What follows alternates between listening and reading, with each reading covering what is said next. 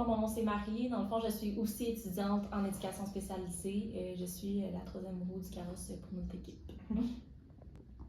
Une autre question, dans le fond, qu'on avait pour toi, Sabrina, qu'est-ce qu'on peut faire, dans le fond, quand on vit une relation non égalitaire? Je pense qu'avant d'aller dans l'action, il faut d'abord comme reconnaître justement qu'on vit une relation non égalitaire. Une fois que c'est reconnu puis que c'est identifié, il y a plusieurs choses qu'on peut faire. On peut d'abord en parler avec une personne en qui on a suffisamment confiance pour justement se libérer, peut-être parler de l'impact que ça a aussi sur nous, partager nos inquiétudes, nos questionnements, à savoir justement c'est quoi les différentes possibilités qui s'offrent à nous dans ce contexte-là.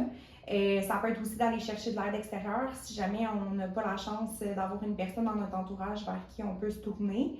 Sinon, il y a une panoplie d'outils interactifs sur SOS Violence conjugale, par exemple, ou même sur le contrôlecoercitif.ca, où est-ce que justement, là, on va adresser des questionnements, puis on va poser des questions sur la relation que tu partages. Donc, ça peut justement donner des pistes d'action concrètes, justement, pour les personnes qui ne savent pas nécessairement où donner de la tête là, quand ils se rendent compte qu'ils sont dans une relation non égalitaire.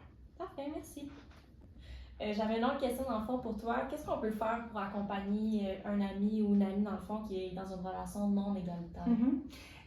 Des fois, avant d'aller en parler directement avec la personne, ça peut être d'aller voir aussi dans l'entourage si jamais il y a des personnes qui partagent les mêmes observations que nous, ou du moins juste de partager ou comme d'extérioriser les inquiétudes qu'on peut avoir. Des fois aussi, ça peut passer par aller chercher de l'aide extérieure, justement pour savoir concrètement, qu'est-ce qui est plus de l'ordre des attitudes aidantes ou des attitudes nuisibles à adopter auprès de cette personne-là. Je dirais que si jamais c'est possible d'ouvrir le dialogue, puis que la personne elle est réceptive, puis elle est ouverte aussi à nous entendre justement dans ces inquiétudes-là ou dans ces observations-là qui peuvent avoir été faites, c'est d'abord de ne pas la juger, de l'écouter, une vraie écoute.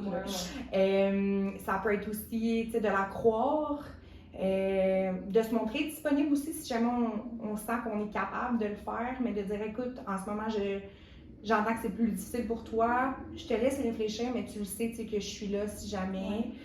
Ça peut être de lui demander aussi, sachant ça, de quoi tu aurais besoin?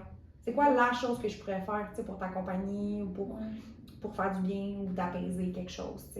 Évidemment, ça va être de suivre son rythme parce que c'est pas parce que nous, on a des inquiétudes que, on peut forcer la personne. Exactement.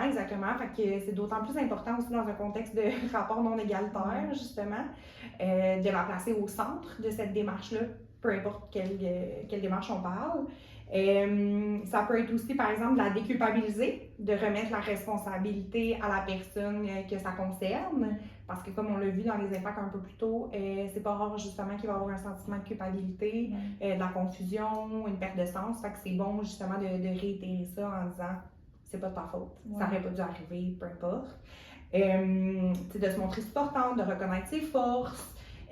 Donc, si jamais, par exemple, vous voulez vraiment voir c'est quoi les attitudes aidantes, les attitudes nuisibles, ils sont là sur notre site internet, ducalaslancrage.ca. Merci!